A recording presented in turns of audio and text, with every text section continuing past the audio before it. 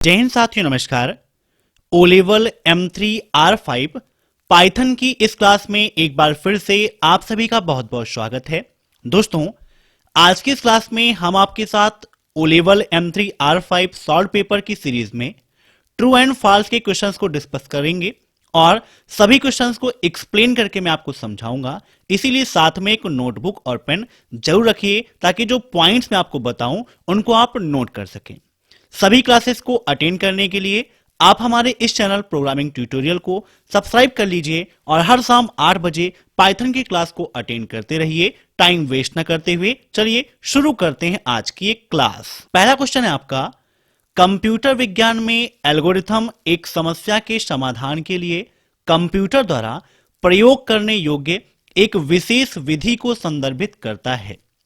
English में देखना चाहें तो यहां पर इंग्लिश में लिखा हुआ है, In computer science, algorithm refers to a special method usable by a computer for solution to a program. इन सभी क्वेश्चंस को आप सभी लोग मॉक टेस्ट के रूप में लेते रहिए और कमेंट बॉक्स में आंसर देते रहिए। वीडियो की लास्ट में आप जरूर बताइएगा कि आपके कितने क्वेश्चंस सही हुए हैं। तो यहां पर बात की गई है एल्गोरिथम की। एल्गोरिथम से आपके एग्जाम में काफी सारे क्वेश्चंस पूछे जाते हैं। एल्गोरिथम क्या होता है, एल्गोरिथम की क्या विशेषताएं होती हैं, ऑब्जेक्टिव के रूप में भी डिस्क्रिप्टिव के रूप में भी दोनों जगह आपके लिए काफी इंपॉर्टेंट है। तो किसी भी समस्या को समाधान निकालने के लिए हम एल्गोरिथम का उपयोग करते हैं। स्टेप बाय स्टेप हम सारे प्रोसेस को लिखते हैं कि कैसे हमें उस समस्या को सॉल्व करना है। एल्गोरिथम क्या होता है? कोई भी अच्छी तरह से परिभाषित एक कंप्यूटेशनल प्रक्रिया होती है जो इनपुट के रूप में कुछ वैल्यू या वैल्यू को सेट को लेती है और आउटपुट के रूप में कुछ वैल्यू या वैल्यू के सेट का उत्पादन करती है। मीन्स वह हमें प्रोवाइड करती है। मीन्स कोई भी प्रॉब्लम है तो उस प्रॉब्लम को कैसे सॉल्व करना है, पहले उसका पूरा हम इनपुट लिखते हैं और फिर जैसे जैसे आउटपुट मिलता है वह प्रोसेस लिखते हैं। यही आपका क्या है? एल्गोरिथम है। अगर एग्जाम में पूछता है कि एल्गोरिथम की विशेषताएं क्या होती हैं, तो एल्गोरिथम क्या है? पहली चीज है कि यह सामान्य अंग्रेजी भाषा में लिखा जाता है। मीन्स इसको लिखने के लिए प्रोग्रामिंग की कोई आवश्यकता नहीं है। आप नॉर्मल जो इंग्लिश लैंग्वेज पढ़ते हैं उसी लैंग्वेज में आप एल्गोरिथम को लिख सकते हैं, कोई भी दिक्कत इसमें नहीं है। दूसरा है, प्रोग्राम पर अगर आप देखें तो आपका पूरा नियंत्रण रहता है। यह प्रोग्रामिंग भाषाओं से बिल्कुल फ्री रहता है। मीन्स यह किसी भी प्रोग्रामिंग भाषा पर डिपेंड नहीं रहता है। चाहे आप सी लैंग्वेज में देखें, पाइथन में देखें, C++ में देखें, कहीं पर भी प्रोग्रामिंग पर यह डिपेंड नहीं है, बिल्कुल फ्री है। मीन्स ऐसा नहीं है कि हमें अलग अलग प्रोग्रामिंग के हिसाब से अलग अलग एल्गोरिथम लिखना पड़ेगा, मीन्स अलग प्रोग्राम डिजाइन करना पड़ेगा। ऐसा कुछ नहीं है, सबके लिए आप एक तरीके से लिख सकते हो, कोई भी दिक्कत नहीं है। ठीक है। एल्गोरिथम को आप एल्गोल कह सकते हो ना, जिसे आप एल्गोरिथमिक लैंग्वेज कहते हैं। क्या बोलते हैं? ALGOL, ALGOL। इसको आप नोट कर लीजिएगा, काफी इंपॉर्टेंट है। एग्जाम्पल के तौर पर देखें, मान लीजिए आपसे कहा जाए कि भाई चलिए आप मैगी बनाइए। सबसे सिंपल सा आप समझिएगा, मैगी बनाइए। तो मैगी के लिए क्या करेंगे आप? सबसे पहले आपको क्या करना है? स्टार्ट करना है। एल्गोरिथम का पहला प्रोसेस हमेशा क्या होगा? स्टार्ट होगा। और लास्ट प्रोसेस क्या होगा? एंड होगा या स्टॉप होगा। तो पहले क्या करेंगे? आप स्टार्ट करेंगे, फिर आप एक पैन लेंगे, है ना, पैन लेंगे जिसमें आपका पानी होगा। अब भाई आपको मैगी बनाना है तो उसके लिए पानी की आवश्यकता है। तो सबसे पहला काम आपने स्टार्ट किया, फिर पानी के साथ एक पैन ले लिया। अब पैन को आप बर्नर पर रखोगे, उसके बाद गैस या बर्नर के जो स्विच को आप ऑन करेंगे, फिर उसमें मैगी और मैगी मसाला डालेंगे और फिर मैगी बोले बस 2 minute, just I am joking भाई, मतलब उबलने के लिए 2 मिनट आप उसको देंगे।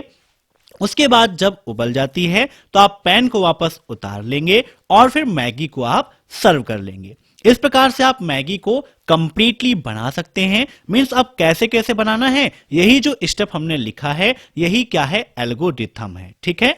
एल्गोरिथम के फायदे क्या हैं, मीन्स उसके लाभ क्या हैं, तो इसको समझना आसान है ना। यह एक निश्चित प्रक्रिया है। मीन्स जो स्टेप लिखे हैं बस वही स्टेप हमें फॉलो करना होगा, अलग कुछ भी फॉलो करने की आवश्यकता नहीं होती है। तो समझ गए, यहां पर इसका राइट आंसर क्या हो जाएगा? ट्रू। ठीक है। याद रखिएगा, बिल्कुल सही बात है। एल्गोरिथम क्या है? एक समस्या के समाधान के लिए कंप्यूटर द्वारा प्रयोग करने योग्य एक विशेष विधि को संदर्भित करता है। बिल्कुल ट्रू है। अब नेक्स्ट क्वेश्चन है, कोई भी एल्गोरिथम एक प्रोग्राम है? क्या कोई भी एल्गोरिथम एक प्रोग्राम है? Any algorithm is a program. तो अभी मैंने आपको बताया कि एल्गोरिथम कोई प्रोग्राम नहीं है। प्रोग्राम को बनाने के लिए, प्रोग्राम को लिखने के लिए एक स्टेप होता है। तो यहां पर इसका राइट आंसर क्या हो जाएगा? फॉल्स हो जाएगा। नोट कर लीजिएगा, ये बिल्कुल आपका फॉल्स है। ठीक है। अब नेक्स्ट, आइडेंटिफायर के साथ व्यवहार करते समय पाइथन केस सेंसिटिव है। Python is case sensitive when dealing with identifier. पहले आपको यह पता होना चाहिए कि आइडेंटिफायर क्या होती हैं। तो सरल भाषा में हम कहें तो आइडेंटिफायर्स किसी रिजर्व्ड मेमोरी लोकेशन का एक नाम होते हैं। जैसे आप उपयोग करते हैं सी या सी प्लस प्लस, तो सी या सी प्लस प्लस की तरह ही पाइथन में भी आइडेंटिफायर तय करने के कुछ नियम होते हैं ताकि हमारे प्रोग्राम में नेम कॉन्फ्लिक्ट जैसी कोई समस्या पैदा ना हो। जैसे आप सी या सी प्लस प्लस में नेमिंग रूल चलाते हैं, वैसे पाइथन में भी आइडेंटिफायर के कुछ रूल हैं। आप नोट कर लीजिएगा, इन रूल्स को आपके लिए काफी इंपॉर्टेंट है।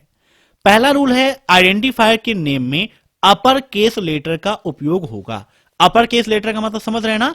ए टू जेड, है ना? मीन्स जैसे आपको लिखना है तो क्या होगा? ये कैपिटल ए, है ना? कैपिटल ए से कैपिटल जेड तक का आप उपयोग कर सकते हैं। ठीक है। आइडेंटिफायर क्या होता है? उपयोग किया जाता है आइडेंटिफाई करने के लिए वेरिएबल को, फंक्शंस को, क्लास को, मॉड्यूल को या किसी अदर ऑब्जेक्ट को आइडेंटिफाई करने के लिए आइडेंटिफायर नेम का उपयोग किया जाता है। कोई भी आइडेंटिफायर होगा तो स्टार्ट किससे होगा? आपका ए टू जेड से होगा, या ए टू जेड। आप अगर स्मॉल में भी करना चाहें तो स्मॉल में भी कर सकते हैं, कोई दिक्कत नहीं है। ठीक है।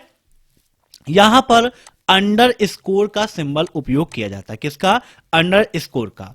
अंडर स्कोर का सिंबल कैसे होता है, यह भी आपके लिए काफी इंपॉर्टेंट है। याद रखिएगा, बहुत सारे लोगों को नहीं पता होगा कि अंडर स्कोर का सिंबल कैसे होता है। जैसे यहां पर लिखा है पाइथन और फिर अंडर स्कोर लगाना है, तो आप इस प्रकार से अंडर स्कोर लगा सकते हो, है ना?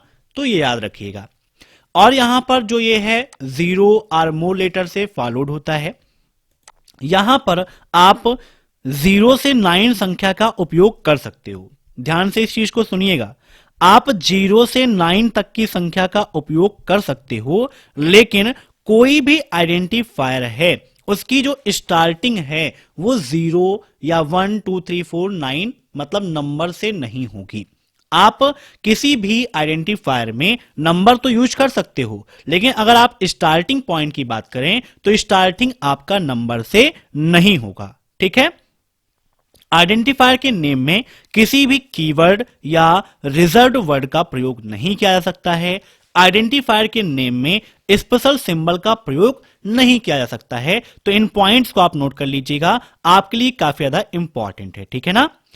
अब हम कीवर्ड या रिजर्व वर्ड का प्रयोग क्यों नहीं कर सकते हैं, यह भी आप जान लीजिए। क्योंकि इन कीवर्ड या रिजर्व वर्ड का प्रयोग पाइथन को कोई स्पेसिफिक एक्शन परफॉर्म करने का इंस्ट्रक्शन देने के लिए पहले से निर्धारित किया जा चुका होता है। इसीलिए आइडेंटिफायर के नेम में कीवर्ड या रिजर्व वर्ड का प्रयोग नहीं करते हैं। याद रखिएगा। ठीक है। अब यहां पर इसका राइट आंसर क्या हो जाएगा, फटाफट आप सभी लोग कमेंट करके बताइए। तो बिल्कुल सही है, आइडेंटिफायर के साथ व्यवहार करते समय पाइथन केस सेंसिटिव है। अगर आप अपर केस में लिख रहे हैं तो अपर केस में यूज करना है, लोअर में है तो लोअर में आपको यूज करना है। नेक्स्ट क्वेश्चन देखते हैं। गणितीय परिचालन एक स्ट्रिंग पर किए जा सकते हैं। Mathematical operations can be perform on a string. अब सबसे इंपॉर्टेंट चीज, स्ट्रिंग क्या होती है? आपको पता होना चाहिए स्ट्रिंग क्या होती है, क्योंकि एग्जाम में काफी क्वेश्चंस पूछे जाते हैं आपके स्ट्रिंग से, है ना? सेट्स क्या होते हैं, बूल क्या होता है, ये सब आपके लिए काफी ज्यादा इंपॉर्टेंट है। तो फटाफट आप सभी लोग बताइए कि स्ट्रिंग क्या होती है। स्ट्रिंग को देखें तो स्ट्रिंग क्या है, आपके अल्फाबेट्स, वर्ड या अदर कैरेक्टर का एक समूह होता है। ठीक है ना? String is a collection of alphabets और अदर वर्ड्स। याद रखिएगा, it is one of the primitive data structure and are the building blocks for data manipulation. Means data को मैनिपुलेट करने के लिए यह एक प्रिमिटिव डाटा स्ट्रक्चर हमें प्रोवाइड करता है। याद रखिएगा, Python string are immutable. Python string जो है वो इमम्यूटेबल है। अब कल भी मैंने आपको बताया था कि इमम्यूटेबल क्या होता है और म्यूटेबल क्या होता है। बहुत सारे लोग हिंदी और इंग्लिश में कंफ्यूज हो जाते हैं। तो पाइथन स्ट्रिंग क्या होती है? अपरिवर्तनीय होती है। मीन्स उसे बनाने के बाद उसमें कोई भी परिवर्तन नहीं किया जा सकता है। इस बात को आप याद रखिएगा, ठीक है। अब स्ट्रिंग को लिखते समय आप सिंगल कोट्स या डबल कोट्स का उपयोग कर सकते हैं, कोई भी दिक्कत उसमें आपको नहीं होगी। मीन्स सिंगल कोट या डबल कोट के भीतर ही आप स्ट्रिंग को लिखते हैं, ठीक है। डेटा टाइप को मीन्स जो स्ट्रिंग डेटा टाइप है उसको आप str से भी रिप्रेजेंट कर सकते हैं। किससे? str से रिप्रेजेंट कर सकते हैं। इसको भी आपको याद रखना है। अब अगर आप देखें तो आप ट्रिपल कोट्स का भी उपयोग कर सकते हैं स्ट्रिंग बनाते समय। मीन्स सिंगल कोट्स को भी, डबल कोट्स को भी और ट्रिपल कोट्स को भी मान्यता मिली हुई है, ठीक है। इसको आप याद रखिएगा, है ना। अब यहां पर इसका राइट आंसर क्या हो जाएगा? गणितीय परिचालन पर एक स्ट्रिंग, मीन्स गणितीय परिचालन एक स्ट्रिंग पर किए जा सकते हैं, तो बिल्कुल गलत है। स्ट्रिंग पर गणितीय परिचालन नहीं होता है, ठीक है। अब नेक्स्ट, जोड़ने और घटाने का एक ही पूर्वता स्तर है। Additions and subtraction has the same precedence level. काफी इंपॉर्टेंट क्वेश्चन है, यूनिक क्वेश्चन है। बताइए क्या होगा इसका राइट आंसर? क्या एडिशंस और सब्सट्रैक्शन का एक ही लेवल होता है? मींस उसकी पूर्वता स्तर समान होती है। एडिशन मतलब जोड़ना, सब्सट्रैक्ट मतलब घटाना। बताइए क्या होगा इसका राइट आंसर? तो बिल्कुल सही बात है, इन दोनों का जो स्तर है वो बिल्कुल समान है। दोनों में किसी प्रकार की कोई दिक्कत नहीं है, ये बिल्कुल सही है। एक पॉइंट यहां पर आपको याद रखना है, जिस प्रकार से ऐड और सब्सट्रैक्ट दोनों का स्तर सेम होता है, ठीक वैसे ही मल्टीप्लिकेशन और डिवीजन का स्तर बिल्कुल सेम होता है। इस चीज का भी ख्याल आपको रखना है, ठीक है, याद रखिएगा। अब यहां पर नेक्स्ट क्वेश्चन को देखते हैं, इसका राइट आंसर ट्रू हो जाएगा। एक्सप्रेशन INTX का अर्थ वेरिएबल x पूर्णांक में बदल जाता है। बताइए क्या होगा इसका राइट आंसर? क्या expression INTX implies that the variable x is converted to integer? True या फॉल्स? क्या हो जाएगा इसका राइट आंसर? काफी इंपॉर्टेंट क्वेश्चन आप सभी के लिए। तो यहां पर ये बिल्कुल आपका सही है। अब इससे संबंधित पॉइंट को देखें तो यहां पर कोई भी पॉइंट मैंने नोट नहीं किया है, ठीक है। अब नेक्स्ट क्वेश्चन है, वैल्यूज डिक्शनरी का एक फंक्शन है जो डिक्शनरी से सभी वैल्यूज प्राप्त करता है। Value is a function of dictionary gets all the value from the dictionary. बताइए क्या हो जाएगा इसका राइट आंसर? काफी इंपॉर्टेंट क्वेश्चन है। वैल्यू मीन्स मान, डिक्शनरी का एक फंक्शन है जो डिक्शनरी से सभी वैल्यूज प्राप्त करता है। तो वैल्यूज क्या है? पाइथन प्रोग्रामिंग में एक इनबिल्ड फंक्शन है जो ऑब्जेक्ट को लौटाने का कार्य करता है, ठीक है। Python dictionary values is an inbuilt method in Python programming language that returns a view object. Means जो व्यू ऑब्जेक्ट को रिटर्न करने का कार्य करता है। जो व्यू ऑब्जेक्ट है वो क्या हो सकता है? डिक्शनरी की वैल्यूज हो सकती हैं। मीन्स जैसे कि आप लिस्ट को देखते हैं उसी प्रकार से, ठीक है, याद रखिएगा। अब यहां पर आप जब वैल्यू फंक्शन का उपयोग करते हैं तो वहां से आपको डिक्शनरी की जो वैल्यूज हैं वो प्राप्त हो जाती हैं। मीन्स सभी वैल्यूज वहां से आपको मिल जाती हैं। तो बिल्कुल सही है, ठीक है। अब नेक्स्ट क्वेश्चन है, पाइथन में नेस्टेड इफ एल्स को अनुमति दी जाती है। बताइए क्या पाइथन में नेस्टेड इफ एल्स को अनुमति दी जाती है? Nested if else are allowed in Python. क्या होगा इसका राइट आंसर? अब आपको यह समझना चाहिए पहली बात तो इफ फंक्शन क्या होता है, इफ एल्स फंक्शन क्या होता है, तब आपको समझ में आएगा नेस्टेड इफ और फिर नेस्टेड इफ एल्स काफी इंपॉर्टेंट है। पहले आप बताइए पाइथन में इफ फंक्शन का क्या उपयोग है? बहुत इंपॉर्टेंट क्वेश्चन है। इफ, देखिए इफ का मतलब ही क्या होता है? अगर मीन्स कहीं पर अगर कोई एक कंडीशन है तो वहां पर आप किसका उपयोग करते हैं? इफ स्टेटमेंट का उपयोग करते हैं। याद रखिएगा, जब बिल्कुल सिंपल सा प्रोग्राम है, सिंपल सी कंडीशन है, एक सिंगल कंडीशन है, तब वहां पर आप किसका उपयोग करते हैं? इफ फंक्शन का उपयोग करते हैं। लेकिन जैसे ही कंडीशन बढ़ती है वैसे ही आप अलग अलग प्रोग्राम का उपयोग करना स्टार्ट कर देते हैं। आप चाहें तो एक इल्स स्टेटमेंट को इफ स्टेटमेंट के साथ जोड़ सकते हैं। इल्स स्टेटमेंट क्या होता है? एक इल्स स्टेटमेंट में कोड का एक ब्लॉक होता है जो एग्जीक्यूट होता है यदि कंडीशन एक्सप्रेशन इफ स्टेटमेंट में जीरो या फॉल्स वैल्यू को हल करता है तो इल्स स्टेटमेंट एक वैकल्पिक स्टेटमेंट है जो केवल एक इफ स्टेटमेंट के लिए इफ के बाद इल्स स्टेटमेंट लगाता है। मीन्स इफ के बाद में आप इल्स का उपयोग करते हो तो बन जाता है इफ इल्स। याद रखिएगा, ठीक है।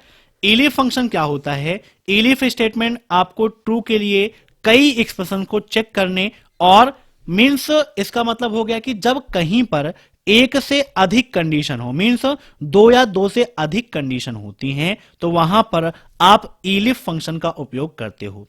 एक कंडीशन के लिए इफ, एक से अधिक कंडीशन है मीन्स दो कंडीशन है तो वहां पर इफ इल्स, और जब आपके पास बहुत ज्यादा कंडीशन हो जाती हैं मीन्स दो या दो से अधिक कंडीशंस हैं तो वहां पर आप उपयोग करते हैं इलिफ फंक्शन का। और जब एक कंडीशन के अंदर कंडीशन होती है तो उसे के लिए आप नेस्टेड का उपयोग करते हो। मींस लूप के अंदर लूप तो नेस्टेड लूप, वैसे ही कंडीशन के अंदर कंडीशन तो नेस्टेड इफ। तो पाइथन में आप नेस्टेड इफ इल्स को उपयोग कर सकते हो। मींस यहां पर उसकी अनुमति है, कोई भी दिक्कत उसमें नहीं है। तो बिल्कुल सही बात है। अब देखते हैं नेक्स्ट क्वेश्चन। पाइथन में UNICHR फंक्शन एक पूर्णांक को ऑक्टल स्ट्रिंग में परिवर्तित करता है। बताइए क्या होगा इसका राइट आंसर? काफी इंपॉर्टेंट क्वेश्चन है आप सभी के लिए। यहां पर इसके पहले 2.8 के लिए यहां पर कुछ पॉइंट्स मैंने लिखे थे, इनको देख लेते हैं। A nested if statement is an if statement that is nested means inside another if statement means किसी भी if statement के अंदर if statement का उपयोग करना ही nested if statement कहलाता है। इस चीज को आप याद रखिएगा। अब यहां पर UNICHR क्या करता है? एक यूनिक कोड कैरेक्टर देता है जो यूनिक कोड नंबर से संबंधित होता है। किसी ASCII वर्ड को उसकी ASCII कोड संख्या में रूपांतरित मीन्स ट्रांसफर करने का जो काम है UNICHR फंक्शन करता है। या फिर किसी यूनिक कोड वर्ड को उसके यूनिक कोड नंबर में ट्रांसफर करने का काम UNICHR फंक्शन करता है। ठीक है। इसके अलावा लेन फंक्शन क्या करता है? स्ट्रिंग की लंबाई मापने का कार्य करता है। तो यहां पर इसका राइट आंसर क्या हो जाएगा? ऑप्शन बी, फॉल्स, है ना। मीन्स UNICHR फंक्शन एक पूर्णांक को ऑक्टल स्ट्रिंग में परिवर्तित करने का कार्य नहीं करता है। नेक्स्ट क्वेश्चन है, पाइथन में फ्रोजन सेट फंक्शन टुपल्स के एक अनुक्रम को डिक्शनरी में परिवर्तित करता है। Frozen set function convert a sequence of tuple to dictionary in Python. अब आपको यह पता होना चाहिए कि फ्रोजन सेट फंक्शन क्या होता है। फ्रोजन सेट फंक्शन क्या है? पाइथन का एक इनबिल्ट फंक्शन होता है। क्या होता है? पाइथन का एक इनबिल्ट फंक्शन है जो क्या करता है? एक इटरेबल ऑब्जेक्ट, है ना, एक इटरेबल ऑब्जेक्ट को इनपुट के रूप में ग्रहण करता है, इनपुट के रूप में लेता है और उन्हें इमम्यूटेबल बनाता है। मीन्स उसे अपरिवर्ती बनाने का कार्य करता है। Simply it frees the iterable object and make them unchangeable. Simply ये क्या करता है, उसे बस चलने योग्य वस्तुओं को जमा करता है, मीन्स फ्रीज करता है और उन्हें इम्यूटेबल बना देता है, अपरिवर्तनीय बना देता है। ठीक है, याद रखिएगा, यह फ्रोजन का कार्य होता है। फ्रीज मतलब ये होता है किसी चीज को ब्रेक कर देना, स्टॉप कर देना, है ना। जैसे आप फ्रीजर का उपयोग करते हैं, क्या करता है, पानी को जमा देता है, इकट्ठा कर देता है। वही काम यहां पर पाइथन में फ्रोजन सेट भी करता है।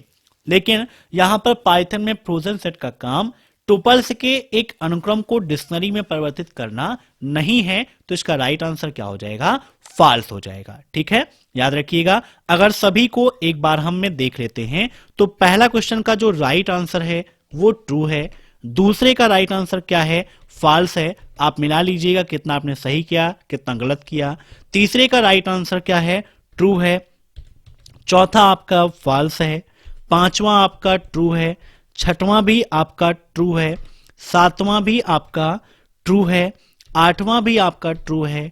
नौवां आपका फॉल्स है और 10वां आपका फॉल्स है। तो ये आपका राइट आंसर है।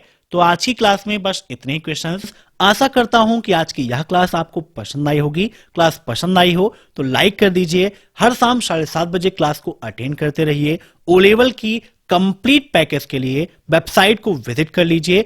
आपके लिए भारी डिस्काउंट चल रहा है। कोर्स में खुद को एनरोल कीजिए, पढ़िए और टॉप करिए। टाइम वेस्ट न करते हुए आपसे लेते हैं विदा। वीडियो पसंद आया हो तो लाइक करके शेयर जरूर करिएगा। कमेंट बॉक्स में सुझाव दीजिएगा और चैनल पर नए हैं तो जुड़ने के लिए सब्सक्राइब करके बेल आइकन को प्रेस कर दीजिएगा। Thanks for watching my video. फिर मिलते हैं नेक्स्ट क्लास में, तब तक के लिए बाय।